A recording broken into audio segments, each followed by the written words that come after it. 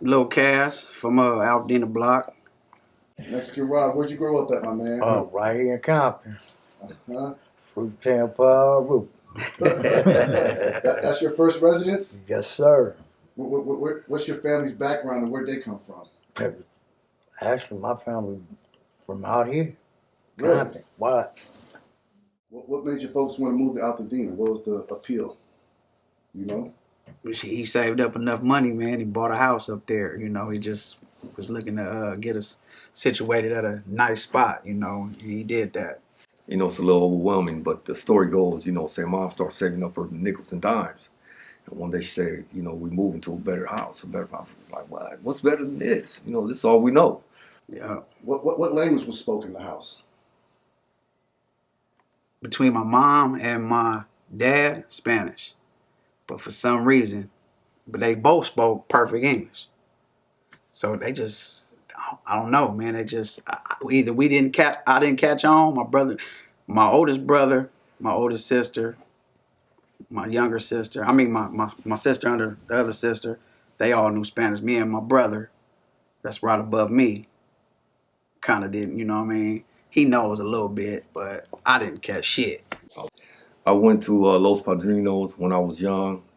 I met some challenges there with other hoods, but I was up for it because this is what I was built up to be. I think I'm a native from the CPT. I'm born and raised. I went to Chino. Man, that's the first time the essays pushed up. Hey, you Rasa? Nah, hell no, I ain't Rasa. I'm from Paul Rook. You know what I mean? Motherfuckers looking like them, So, a few homies seen the motherfucker. What's up, dog? You good? Yeah, I'm good, homie. You know what I'm saying? What happened? Whoa. Come on, tally up the homies. Yeah. So you mentioned something about graduating from camp? Yeah.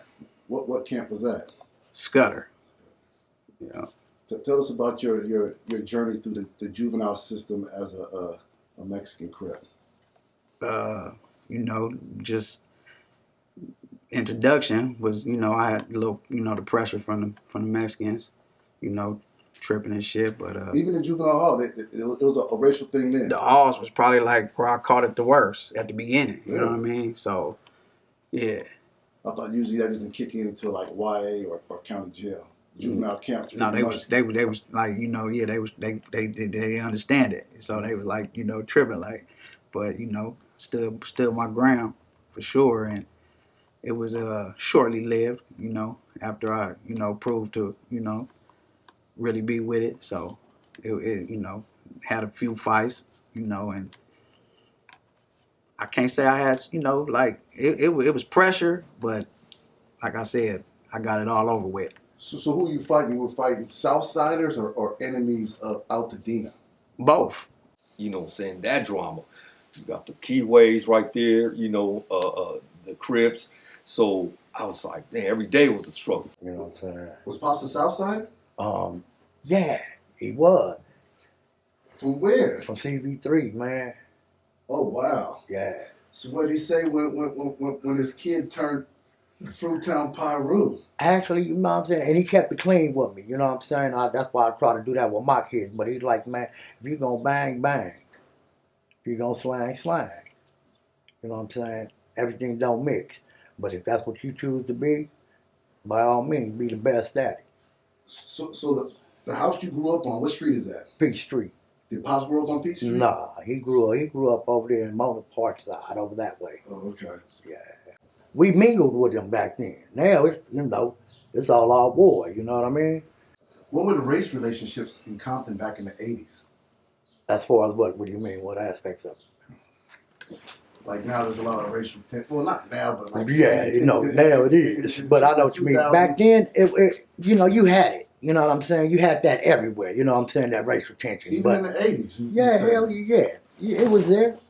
It was there, but it wasn't full fledged. You know what I'm saying, like that, because hell, we was all in the same boat. You know what I'm saying? We right next door to each other. But now it didn't change. That motherfucker you grew up with next door knock your ass down. Right. Obviously, you're not the only Mexican from Fruittown, but how many are there? Quite a few. What about the guy from Santana that gets all the attention?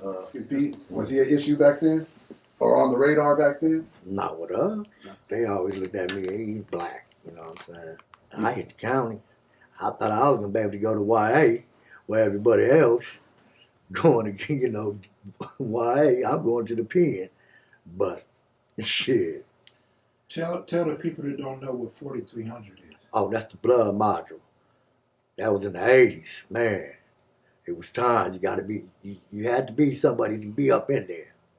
You know, like I said, I had a little name for myself. A lot of motherfuckers already knew me from different neighborhoods or heard of me, you know what I'm saying? So I was good. So motherfuckers knew, you know, oh, this nigga gonna ride. And shit.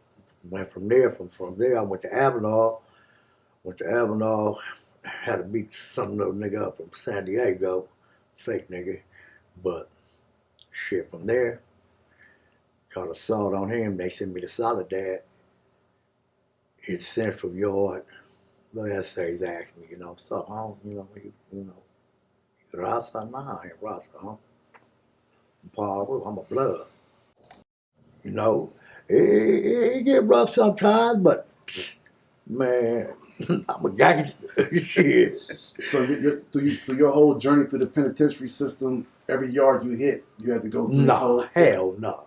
Hell You no. got it out the way the first yards, and it was known after that. Because like I said, I started this in 88 when it was really going down, you know. As time went on, you know, going back forth to the pen, and then I did a stretch. I did 10 and a half, you know what I'm saying? From there, it was like, man, I didn't give a fuck.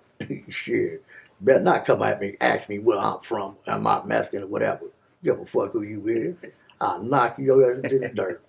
So the assumption, the speculation, a lot of times, especially online, they automatically assume any Mexican blood or Crip that hits the line, automatically the South Side's a cleaning house. Never, bro. Never. It didn't happen to me.